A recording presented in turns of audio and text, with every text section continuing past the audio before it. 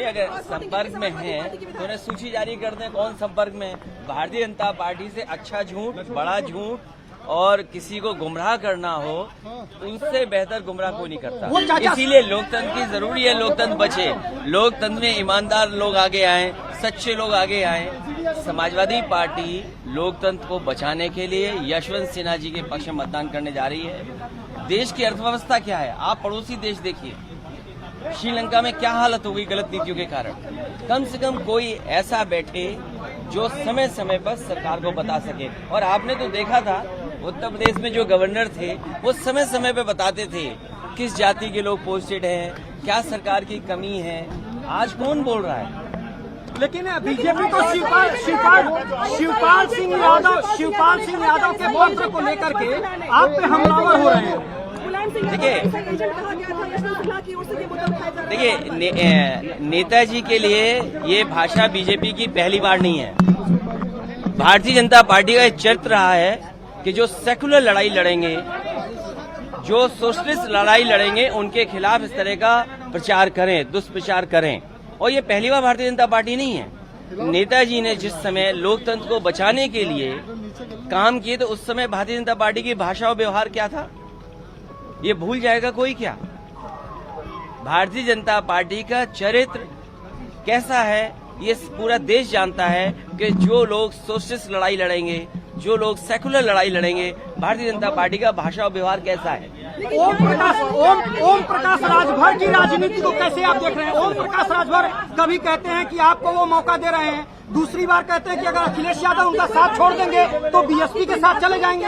देखिए, ये पार्टियां जिनको जो फैसला लेना है, समाजवादी पार्टी अपने कार्यक्रमों से नहीं हटने वाली है। और लोहिया का वो सिद्धांत याद रखें, लोहिया जी ने कहा था कि अगर सिद्धांत के लिए मैं अकेला भी खड़ा रहूंगा तो मैं खड़ा रहूंगा।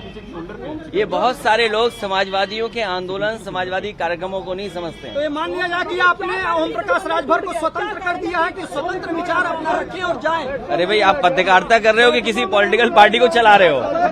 नहीं, आप पत्रकारिता कर रहे हो कि किसी पॉलिटिकल पार्टी को चला रहे हो? आपको लेकर के कमेंट कर रहे हैं। नहीं, ये इसलिए मैं कह रहा हूँ, ये पहली बार नहीं ऐसा हो रहा है जब बीजेपी मुद्दों से हार जाती है।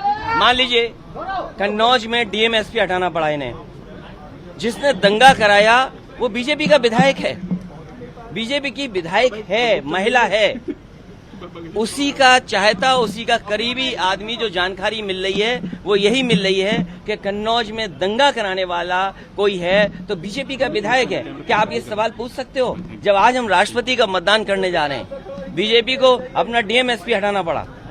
और क्या फैजाबाद में किन लोगों ने वहां पर धार्मिक स्थानों पे चीजें डाली थी? बीजेपी के लोग थे। इसी तरह कन्नौज में लोकसभा की तैयारी चल रही है। लोकसभा की तैयारी से पहले भारतीय जनता पार्टी कुछ भी झूठ बोल सकती है। 24 की साजिश से कैसे बचेंगे आप? क्योंकि अगर जनता बचाएगी और जनता देख रही है। और जनता देख इस बात के लिए रही है कि आप, जनता इसलिए देख रही है कि आज महंगाई कितनी बढ़ गई है, बेरोजगारी कितनी बढ़ी है। जो लोग कभी डेमोग्राफिक डिविडेंड को लेकर के भाषण देते थे, डेमोग्राफिक डिविडेंड उनके मुंह से हर बार निकलता था, क्या हो गया उसमें? जो लोग भारत माता की जय बोलते हैं, क्या टेम्परेरी लोगों से आप देश की सेवा कराएंगे? आप क्या परमानेंट नौकरी देंगे उन्हें कि नहीं देंगे? आज भी जब आप लोग बातचीत कर रहे हैं, सीमा पर शहीद हो रहे हैं, क्या शहीद नहीं हुए आज? क्या कल की खबरें नहीं है कि शहीद हुए? तो सीमाओं कौन सुरक्षित रखेगा? आप 4 साल की नौकरी करा रहे हैं। आप इन सवालों पर बहस न हो, इसीलिए आप जैसे लोगों के लिए आगे करके कि एक पॉलिटिकल पार्टी वो कर रही है, चाचा ये कर रहे हैं, ये कोई सवाल है? सवाल पूछिए। सीमा पर सुरक्षा तब होगी जब नौजवानों का भविष्य सुरक्षित होगा। प्रधानमंत्री कह रहे हैं कि मुफ्त की रेवड़ी बांटने वाले लोगों से सावधान हो जाइए। अच्छा, रेवड़ी की परिभाषा क्या है? मैं आपसे जानना चाहता हूं। अगर आप सवाल पूछ रहे हैं, मैं विपक्ष में हूं, सत्ता में नहीं हूं, मैं आपसे जानना चाहता हूं रेवड़ी क्या है? रेवड़ी क्या है? कम से कम बीजेपी बताई ये रेवड़ी क्या है? नहीं, आप ही बता दो, मैं तो नहीं समझ पा रहा हूँ रेवड़ी क्या है। अरे आप किस तरीके से फ्री रेवड़ी को देख रहे हैं कि कौन किसके लिए कर रहे हैं? पार्टी पर भी था रेवड़ी का आरोप। मुझे तो ये जानकारी नहीं है कि भारतीय जनता पार्टी कौन सी रेवड़ी की बात कर रही है।